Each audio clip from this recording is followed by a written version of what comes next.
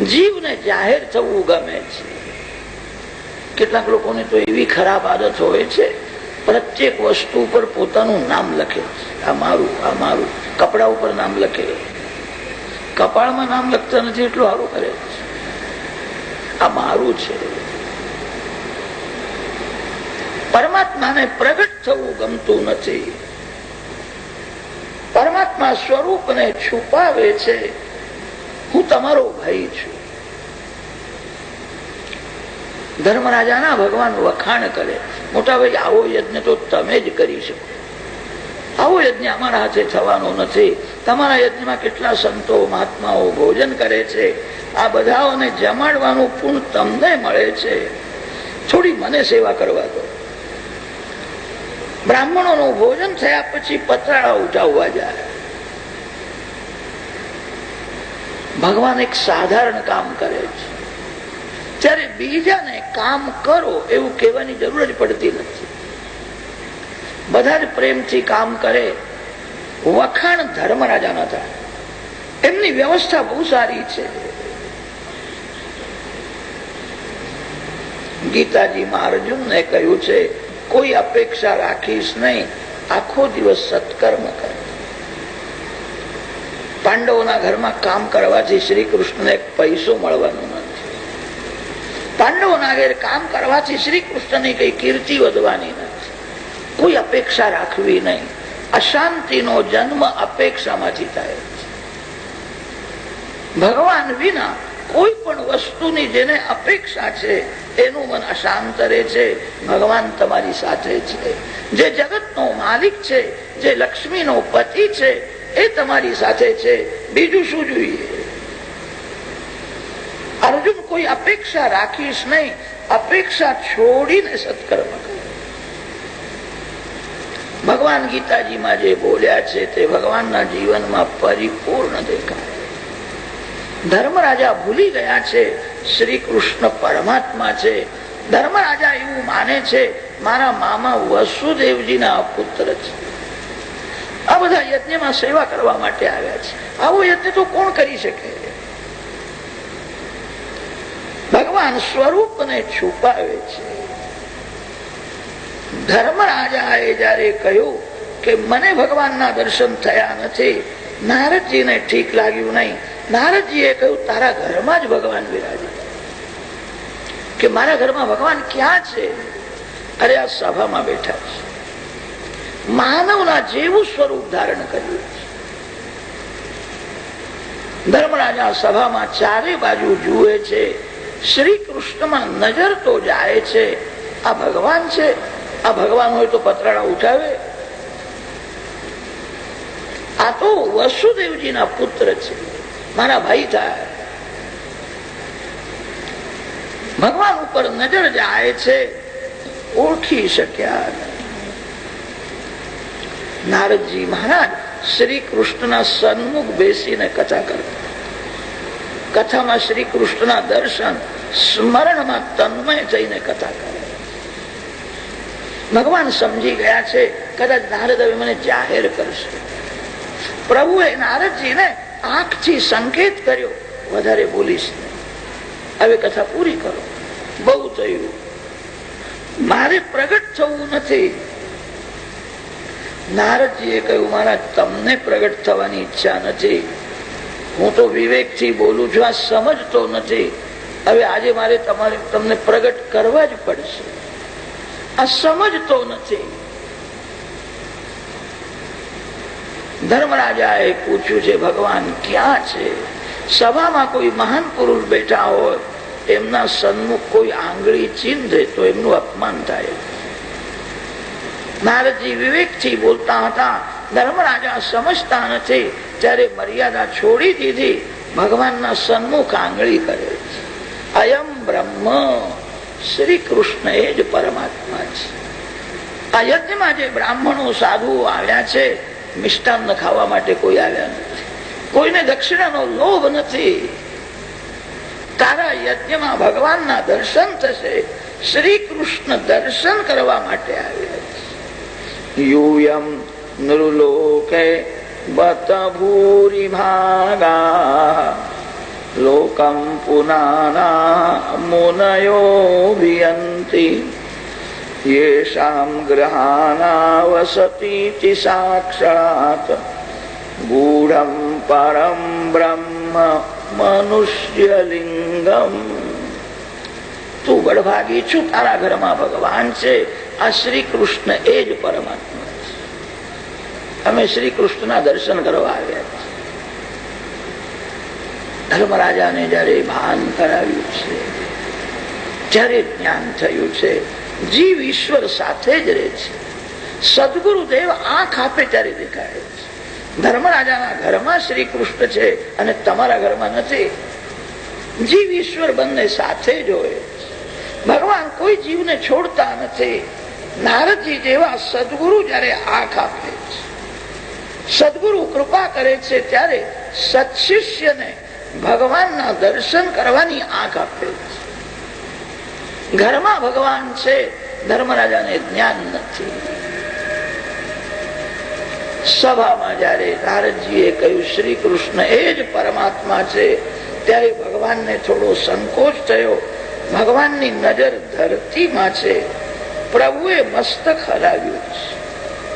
આ નારદ બોલે છે કે બરાબર નથી. ભગવાન તો વૈકુંઠમાં નારાયણ છે, હું તો વસુદેવજીનો પુત્ર છું, હું ઈશ્વર નથી. નારદજીએ કહ્યું શ્રી કૃષ્ણ એ જ પરમાત્મા છે. પ્રભુએ માથું હલાવ્યું. આ નારદ બોલે છે તે બરાબર નથી. ધર્મરાજાને શંકા થઈ, જે લાયક નથી એને ભગવાનના જલ્દી દર્શન થતા નથી. કદાચ દર્શન થાય તો દર્શનમાં વિશ્વાસ થતો નથી. નારદજીએ કહ્યું કે શ્રી કૃષ્ણ પરમાત્મા છે. પ્રભુએ માથું હલાવ્યું. ના બોલે છે હું નથી, વૈકુંઠમાં જે નારાયણ છે તે પરમાત્મા છે. ધર્મરાજાને શંકા થઈ છે. દર્શન માટે હટ ન કરો, લાયક બને. જે જીવ લાયક બને છે એને ભગવાન દર્શન આપે છે. જીવ લાયક નથી તેથી દર્શન આપતા નથી. જે લાયક નથી એને દર્શન થશે નહીં. કદાચ થાય તો દર્શનમાં વિશ્વાસ થતો નથી. આ જ ઈશ્વર છે. ધર્મરાજાને પણ શંકા થઈ. ધર્મરાજાએ નારદજીને કહ્યું તમે કહો છો શ્રી કૃષ્ણ પરમાત્મા છે, એ તો ના પાડે છે. એ કે છે હું ઈશ્વર નથી.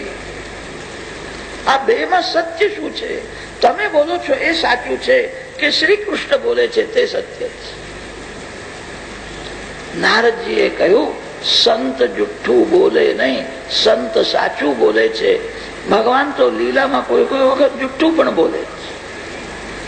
મેં જે કહ્યું છે એ સાચું છે. પરમાત્મા કોઈ કોઈ વખત લીલામાં જુઠ્ઠું પણ બોલે છે. માટીમાં રમતા હતા, બાલ બાલ મિત્રો સાથે રમે છે. મનસુખાએ માટીનું સુંદર મકાન બનાવ્યું. બાલકૃષ્ણને બતાવે મારું મકાન કેવું થયું છે. કનૈયા મારું મકાન જોઈને તું બનાવી દે. કનૈયો મકાન બનાવવા જાય પણ દિવાલ પડી જાય છે, મકાન થતું નથી. તે બાળકો લાલાને કહેવા લાગ્યા કનૈયા તને કશું આવડતું નથી, મારું મકાન કેવું સરસ થઈ ગયું. બધા હસે છે, મારું મકાન પડી જાય છે, હું શું કરું? બધા હસવા લાગ્યા. ત્યારે બાલકૃષ્ણ લીલા કરે છે, હું હવે કઈ વિષય બદલું. થોડી માટી હાથમાં લીધી અને મુખમાં માટી મૂકી, માટી ખાવા લાગી. બાળકો દોડતા દોડતા યશોદાજી પાસે ગયા અને યશોદાજીને કહ્યું મૈયા મૈયા લાલાએ માટી ખાધી. માએ વિચાર કર્યો માખણ ખાય તો તગડો થાય અને માટી ખાય ને કદાચ એના પેટમાં રોગ થઈ જાય તો. બાલકૃષ્ણને સંભાળવું, મારો દીકરો છે વૃદ્ધાવસ્થામાં આવ્યો છે, એને માટી ખાવાની ટેવ પડી છે. માને ઠીક લાગ્યું નહીં. યશોદા મૈયા દોડતા આવ્યા છે. નાનાને પૂછે છે તે કેમ માટી ખાધી? બાલકૃષ્ણ એવું નાટક કરે છે, મને માની બીક લાગે છે, ગભરાયા છે, બોલતા નથી. માં પૂછે છે કેમ બોલતો નથી, કેમ માટી ખાધી? મારી માં મને કદાચ મારશે. લાલાને બીક લાગી, એવી લીલા કરી છે. માને કહ્યું કે માં, મેં માટી ખાધી નથી, આ બધા જુઠ્ઠા છે, એકલો હું સાચો છું. શ્રી કૃષ્ણ સત્ય છે, આ બધા જુઠ્ઠું બોલે છે. બાળકોએ કહ્યું માં, કન્હૈયો જુઠ્ઠું બોલે છે, એના મુખમાં માટી છે, એ જુઠ્ઠું બોલે છે કે માં મેં માટી ખાધી નથી. માએ કહ્યું કે તે માટી ખાધી ન હોય તો મોઢું ઉગાડ, મારે જોવું છે. ગોકુળમાં શ્રી કૃષ્ણ બાળક થઈને રમતા હતા. શ્રી કૃષ્ણ જ્યાં વિરાજે ત્યાં ઐશ્વર્ય શક્તિ સેવામાં હાજર રહે છે. ઐશ્વર્ય શક્તિએ વિચાર કર્યો, યશોદાજી શ્રી કૃષ્ણને પુત્ર માને છે, મારો દીકરો છે, એને માટી ખાધી હોય તો એને હું સજા કરીશ, હું માં છું. ઐશ્વર્ય શક્તિ કે છે શ્રી કૃષ્ણ મારા પતિ છે, મારા પતિને કોઈ મારે મારાથી સહન થાય નહીં. યશોદાજીએ નિશ્ચય કર્યો છે, લાલાના મુખમાં માટી દેખાય તો સજા કરીશ. મારા પતિને કોઈ સજા કરે મને સહન થાય નહીં. યશોદાજી પૂછે છે, મોઢું ઉગાડ. કેમ ઉગાડતો નથી? લાલાએ જ્યાં મોઢું ઉગાડ્યું, ઐશ્વર્ય શક્તિએ મુખમાં બ્રહ્માંડના દર્શન કર્યા. મોટા મોટા દેવો ઋષિઓ દેખાય છે, ચંદ્ર સૂર્ય મુખમાં દેખાય છે, દિવ્ય પ્રકાશ દેખાય છે. આ શું દેખાય છે? માને ભય લાગે છે, આંખો બંધ કરી છે. લાલાના મુખમાં મને આ શું દેખાય? એ તો લીલામાં કોઈ કોઈ વખત જુઠ્ઠું બોલે છે. એમને એવી આદત પડી છે, નાના હતા ત્યારથી સ્વરૂપને છુપાવી રાખે. હું ઈશ્વર છું તે કોઈ જાણે નહીં. યશોદાજીના આંગણામાં મોટા મોટા સાધુઓ, સંન્યાસી, મહાત્માઓ આવે. યશોદાજી ફળ આપવા જાય ત્યારે સંતો કે માં, આ ફળ લેવા માટે હું સાધુ થયો નથી, પરમાત્માના માટે હું સાધુ થયો. ઘણા વર્ષોથી હું પરમાત્માને શોધું છે.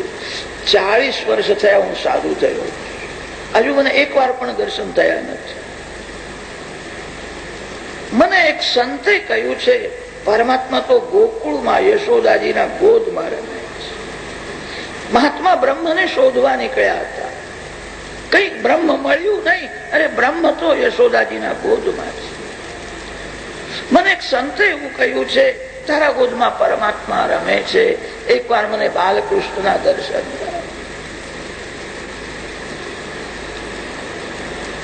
યશોદાજી ઘરમાં જાય છે, બાલકૃષ્ણને સમજાવે છે, બેટા બહાર એક મોટા મહાત્મા આવ્યા છે, તને જોવાની એમને બહુ ઈચ્છા છે, તને આશીર્વાદ આપશે.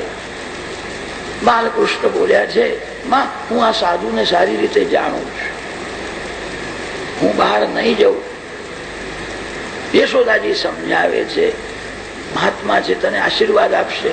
કે મને આશીર્વાદ જોઈતા નથી, તને આશીર્વાદ જોઈતા હોય તો તું જેને બહાર પગે લાગજે, હું એને પગે નહીં લાગુ. કે તને આશીર્વાદ નહીં જોઈએ, તને શું જોઈએ? કે માખણ મિશ્રી મને આપી દે અને આશીર્વાદ લેવા તું બહાર જાઓ, મને આશીર્વાદ જોઈતો નથી. આ કેવું બોલે છે? બેટા તને બહુ પૈસા મળશે, તું સુખી થઈશ, મોટા મહાત્મા છે. માં એને હું બરાબર જાણું છું. કે તું શું જાણે છે? સાધુ થયા છે, હજુ હૃદય સરળ નથી.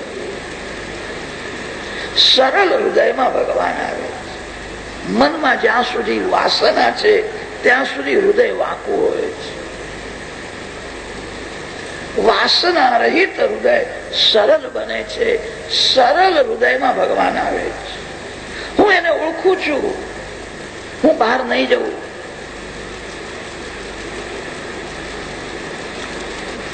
સાધુ મહારાજ પાણી પીતા નથી. મૈયા એકવાર લાલાના દર્શન કરે. માને દુઃખ થાય છે, આંગણામાં સાધુ ભૂખ્યો બેઠો છે. આ કનૈયો રોજ બહાર રમવા જાય છે, આજે બહાર જ જતો નથી.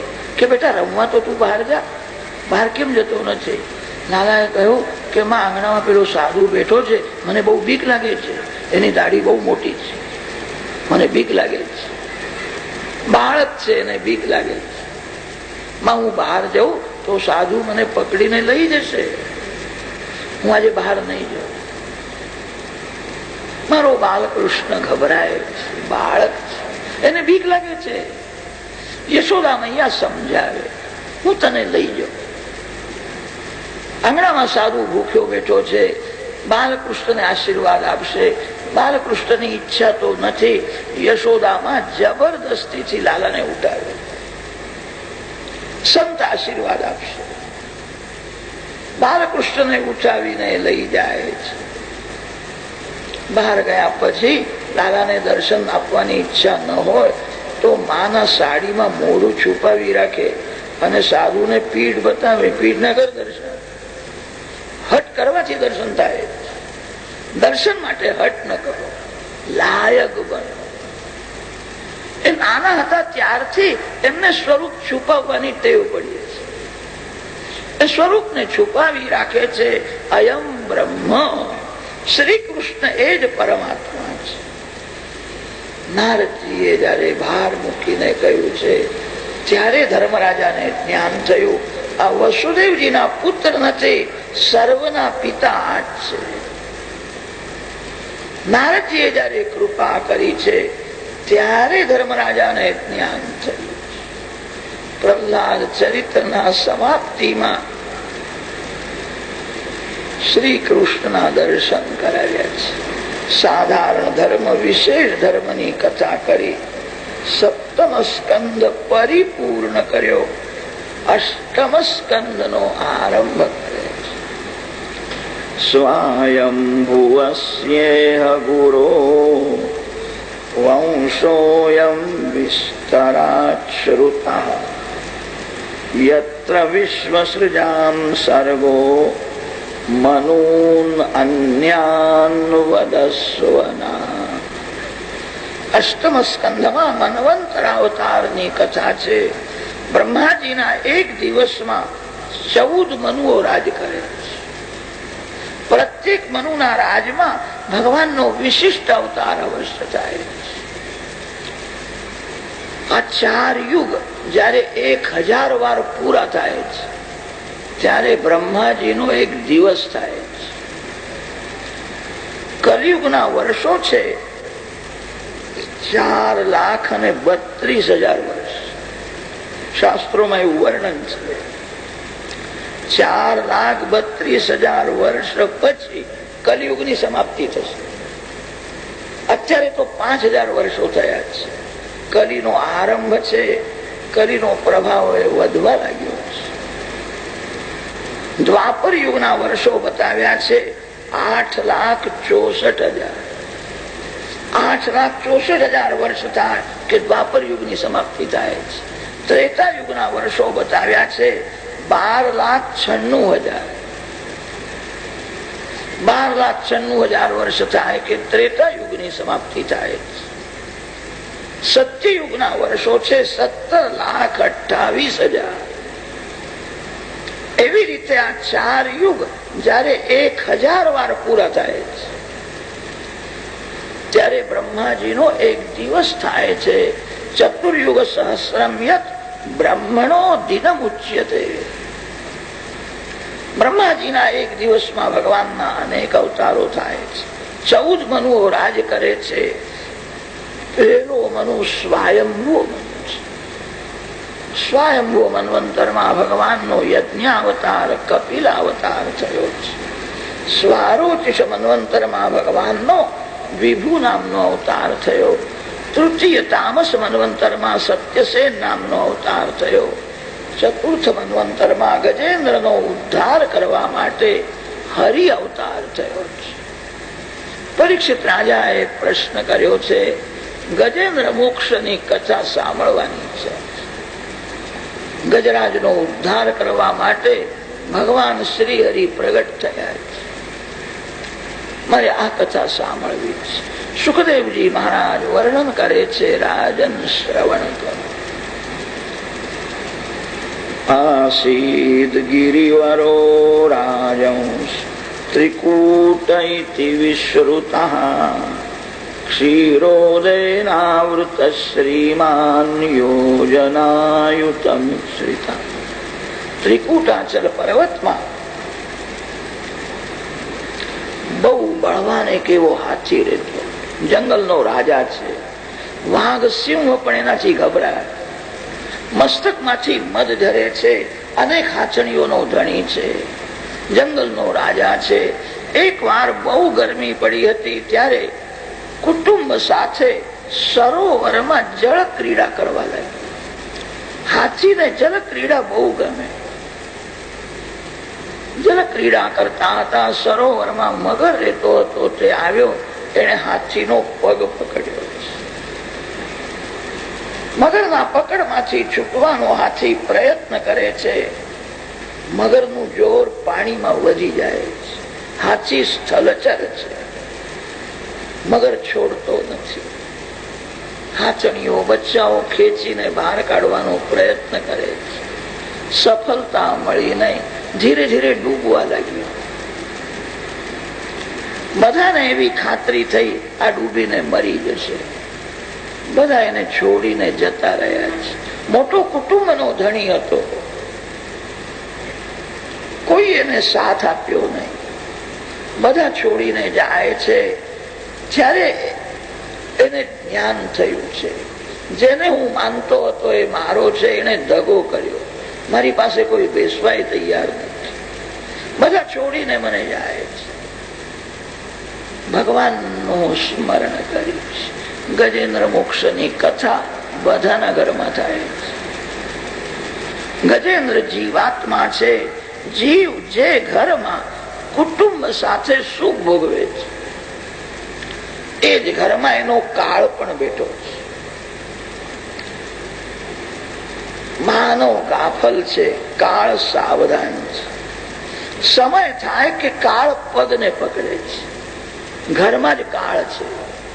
જે ઘરમાં માનવ સુખ ભોગવે છે એ ઘરમાં જ એનો કાળ પણ બેઠો છે. કાળ સમય થયા પછી પગને પકડે છે. પગની શક્તિ બહુ ઓછી થઈ જાય તો સમજવું મરણ સમીપમાં છે. હજુ તો બહુ વાર છે. હો, ગભરાશો નહીં, ગાફલ રહેશો પણ નહીં. કાળ પગને પકડે છે. પગની શક્તિ બહુ ઓછી થઈ જાય તો સમજવું મરણ સમીપમાં છે. સાવધાન થઈને ભક્તિ કરો. જે સાવધાન રહે છે એનું મરણ સુધરે છે. જે ગાફલ રહે છે એનું મરણ બગડે છે. કાળ જયારે પકડે છે ત્યારે ઘરના લોકો કાળના ત્રાસમાંથી છુડાવવાનો પ્રયત્ન કરે છે. એમનો પ્રયત્ન સફળ થતો. કાળ જયારે પકડે છે ત્યારે કોઈનો પ્રયત્ન સફળ થાય નહીં. ઘરના લોકો એવા હોય છે, બહુ દિવસ સેવા કરવી પડે તો થાકી જાય છે, કંટાળો આવે છે, ઉપેક્ષા કરે છે. આરંભમાં થોડા દિવસ પ્રેમ બતાવે છે. બહુ દિવસ સેવા કરવી પડે તો પછી તિરસ્કાર પણ કરે છે. બધા છોડીને જાય છે. એકલો જીવ મૃત્યુની શૈયામાં હાયા કરે છે. ગજેન્દ્રને બધા છોડીને ગયા છે. ગજેન્દ્ર હૈયું બાળતો નથી, શ્રી હરિનું સ્મરણ કરે છે. ભગવાન વિના મારું કોઈ નથી. પૂર્વ જન્મમાં જે મહામંત્રનો એને જપ કર્યો હતો એ મંત્ર એને યાદ આવ્યો. જેના સંસ્કાર બુદ્ધિમાં અતિશય દૃઢ હોય એ યાદ આવે છે. કામ વાસનાના સંસ્કાર બુદ્ધિમાં દૃઢ હોય છે. યૌવનમાં પ્રવેશ કર્યા પછી શિખામણ આપવાની જરૂર પડતી નથી. વાસનાના સંસ્કાર જાગૃત થાય છે. વાસનાના સંસ્કાર જે બુદ્ધિમાં દૃઢ છે એવા ભક્તિના સંસ્કાર દૃઢ કરો. સતત ભક્તિ કરો.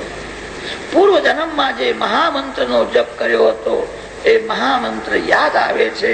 કેટલો જપ કર્યો છે તે ભાગવતમાં લખ્યું નથી. સુખદેવજી મહારાજ વર્ણન કરે છે, પ્રાગ જન્મન્યનુશિક્ષિત, પૂર્વ જન્મમાં જે મહામંત્રનો જપ કરતો હતો તે મહામંત્ર એને યાદ આવ્યો. ભગવાન મારું રક્ષણ કરશે.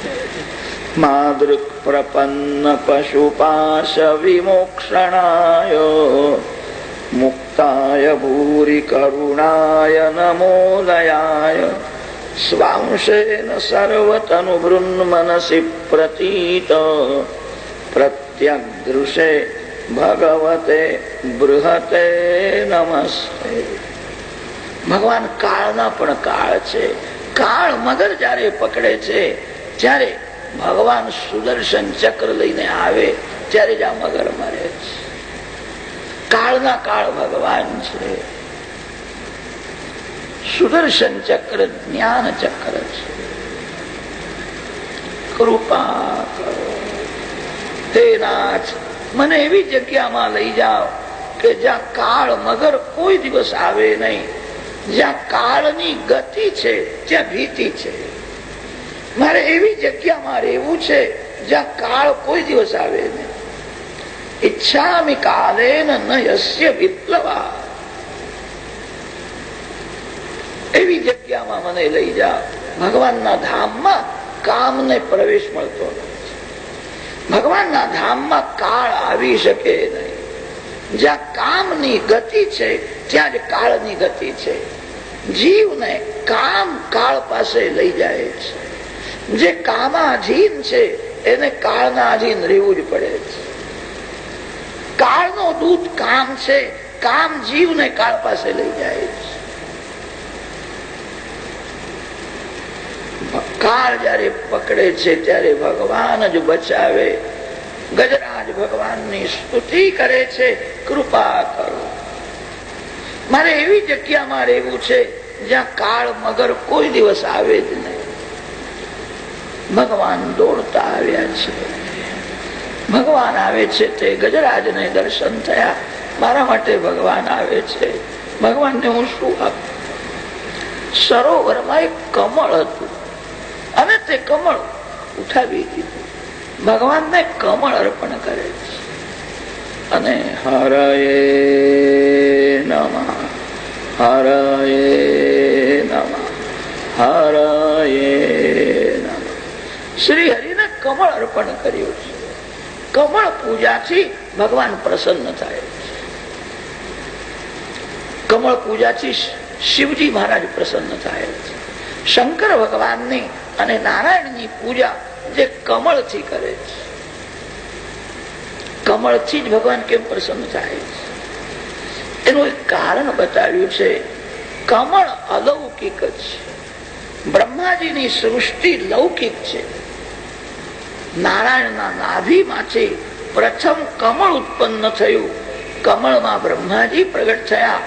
બ્રહ્માજીથી પણ પ્રથમ કમળ ઉત્પન્ન થયું છે. કમળ બ્રહ્માજીએ બનાવ્યું નથી. ભગવાનને કમળ અર્પણ કરો એનો અર્થ એ છે ભગવાનમાં અલૌકિક ભાવ રાખો. માનવનું કલ્યાણ કરવા માટે, માનવનું આકર્ષણ કરવા માટે કોઈ કોઈ વખત ભગવાન માનવના જેવી લીલા કરે છે. ભગવાનમાં લૌકિક ભાવ રાખવો નહીં. કમળ અર્પણ કરો એનો અર્થ એ છે અલૌકિક ભાવ અર્પણ કરો. કમળ અલૌકિક છે. કમળ બ્રહ્માજીએ બનાવેલું નથી. બ્રહ્માજીની સૃષ્ટિ લૌકિક છે. ભગવાન લૌકિક જેવી લીલા કરે છે પણ ભગવાનમાં અલૌકિક ભાવ રાખો. ભગવાનનું બધું જ દિવ્ય છે. કમળ પૂજાથી પરમાત્મા પ્રસન્ન થાય છે એનો અર્થ એ છે ભગવાનમાં અલૌકિક ભાવ રાખવાથી. સુદર્શન ચક્રથી મગરનો ઉદ્ધાર કર્યો છે. ગજેન્દ્રને ભગવાન સ્વધામમાં લઈ ગયા છે. મરણ મંગલમય થાય એવી ઈચ્છા હોય ગજેન્દ્ર મોક્ષનો રોજ પાઠ કરો. ભાગવતમાં 3 અધ્યાય લીધા છે. જંગલનું વર્ણન કર્યું છે, હાથી રમે છે તેનું પણ વર્ણન બહુ છે. મુખ્ય શ્લોક 35 છે. મગર પકડે છે ત્યાંથી ભગવાન એને છુડાવે છે ત્યાં સુધી 35 શ્લોક મુખ્ય છે. નિયમથી જે ગજેન્દ્ર મોક્ષ નો પાઠ કરે છે ભગવાન અંતકાળમાં એને લેવા આવે છે. પ્રેમથી પૂજા કરો, ગજેન્દ્ર મોક્ષ નો પાઠ કરો, અંતકાળમાં તમને ભગવાન લેવા આવશે. શરીર સારું હોય ત્યાં સુધી માનવ ભક્તિ કરતો જ નથી. શરીર સારું હોય ત્યાં સુધી બુદ્ધિ બહુ બગડેલી હોય છે. શરીર જયારે બહુ બગડે છે ત્યારે બુદ્ધિ સુધરવા લાગે છે. આજે શરીર સારું છે, બાજી તમારા હાથમાં છે. આજથી ભક્તિ કરો.